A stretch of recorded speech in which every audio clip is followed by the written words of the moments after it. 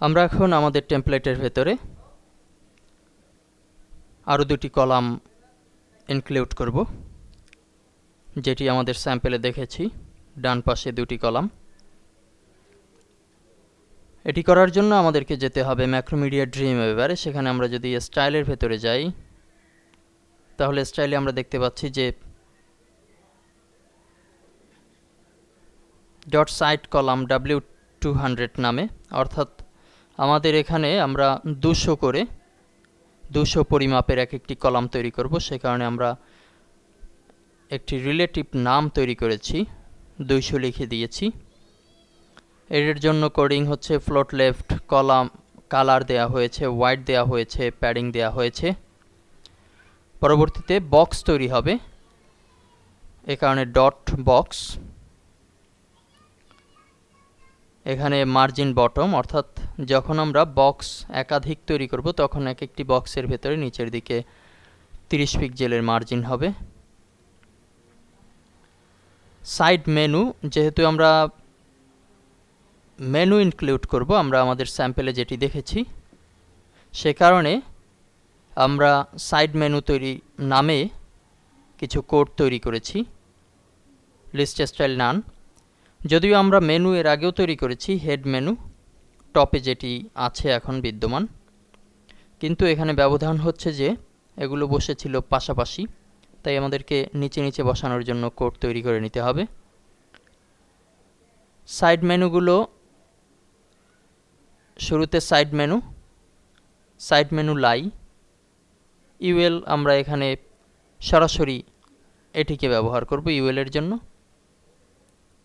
এরপরে side menu লাই এতে যা হবে লিঙ্ক তৈরি হলে পরবর্তীতে হোভারে যা ঘটবে।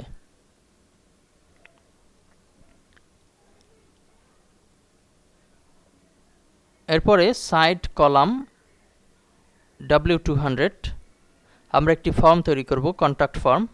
যেহেতু এটিও একটি HTML কমান্ড, আমরা এখানে কোনো ক্লাস আইডি ছাড়াই এটিকে লিখে দিতে পারছি।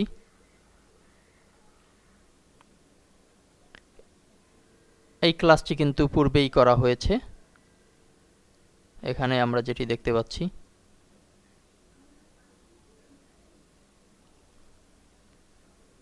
ফর্ম তৈরি করার জন্য আমরা ইনপুট ফিল্ড, ফর্মের জন্য খুব একটা ডেকোরেশন নেই, কিন্তু ফিল্ডের জন্য কিন্তু আমরা অনেক ডেকোরেশন করেছি। কতটুকু ওয়াইড হবে, কতটুকু হাইট হবে, সবগুলো বিষয় ইনক্লুড করেছি। এরপরে সাবমিট বাটন, এটির জন্য আমরা কিছু কারুকাজ করে নিয়েছি এখানে।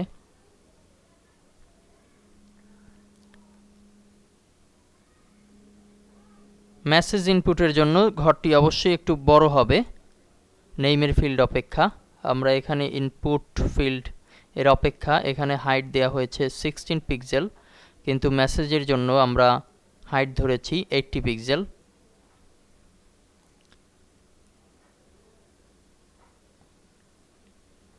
এই কোডগুলোকে এখন আমরা বসিয়ে দেব আমাদের HTML এর ভেতরে।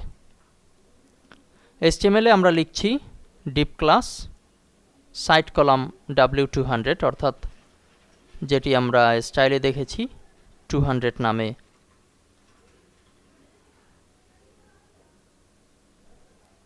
এই কোডটি জেনারেট হবে সেখানে। পরবর্তীতে বক্স তৈরি হবে, বক্সের ভেতরে H3 হেড 3 নামে আমরা ক্যাটাগরিজ লিখেছি। ইউএল এর জন্য যে ক্লাসটি আমরা সরাসরি দিয়েছি সাইড মেনু, ইউএল এর জন্য সরাসরি সাইড মেনু, এখানে কোনো র্যাপারের সিস্টেম রাখা হয়নি। পরবর্তীতে লাই, এগুলো আমরা পূর্বেই দেখেছি, আমরা মেনু তৈরির কলাকৌশলে দেখেছি এই বিষয়গুলো।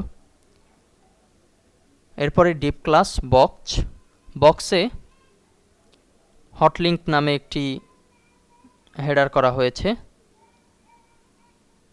পরবর্তীতে ইউএল ক্লাস সাইড মেনুতে যেভাবে ক্লাস চলে আসছে সেভাবেই হবে, একই বিষয়ে এখানে ইমপ্লিমেন্ট করা হয়েছে। ইন্ড অফ সাইড কলাম 1, অর্থাৎ আমাদের পাশে এখানে যা বসবে সেটি শেষ করলাম, এটি কমেন্ট করে রেখেছি যাতে পরবর্তীতে বুঝতে পারি। এরপরে div class side column w200, আমাদের এখানেও 200 হবে, সেজন্য আমরা লিখেছি একই ক্লাসের মাধ্যমে। div ক্লাস বক্স, এখানেও বক্স আকারে করব, h3 এর মাধ্যমে হেডিং করেছি। এই যে ফর্ম, এখানে এটি HTML এ সরাসরি পাওয়া যায় বিধায় এটির জন্য স্পেশাল কোনো কোড আমরা ব্যবহার করিনি, অর্থাৎ কোনো আইডি বা div এই বিষয়টি কিন্তু এখানে উল্লেখ করিনি। পিএইচপিতে যারা আমরা কাজ করেছি তারা অবশ্যই এই ফর্ম সম্পর্কে জানি। ফর্ম আমরা সরাসরি তৈরি করে নিতে পারি। এখানে আমরা অ্যাকশন দেব, কোথায় যাবে অ্যাকশন দেব, মেথড কোন মেথড হবে, গেট না পোস্ট সেটি আমরা ডিফাইন করব।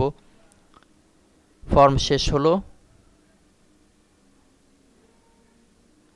এরপরে div ক্লাস বক্স এটি শেষ হবে, সাইড কলাম w2 এটি শেষ হবে, end of right side column আমরা কমেন্ট করেছি, এরপরে div শেষ করলাম এন্ড অফ কন্টেন্টের মাধ্যমে। এখন আমরা যদি এখানে সেভ করি, সেভের পরে আমাদের প্রিভিউকে যদি রিলোড দেই, তাহলে দেখতে পাচ্ছি যে আমাদের টোটাল কারুকাজগুলো কিন্তু যথারীতি ইমপ্লিমেন্ট হয়েছে। সামনের লেসনে আমরা ফুটার যোগ করব এবং পরবর্তীতে এটি একটি CSS টেমপ্লেট হিসেবে পুরোপুরিভাবে প্রস্তুত হবে। ধন্যবাদ।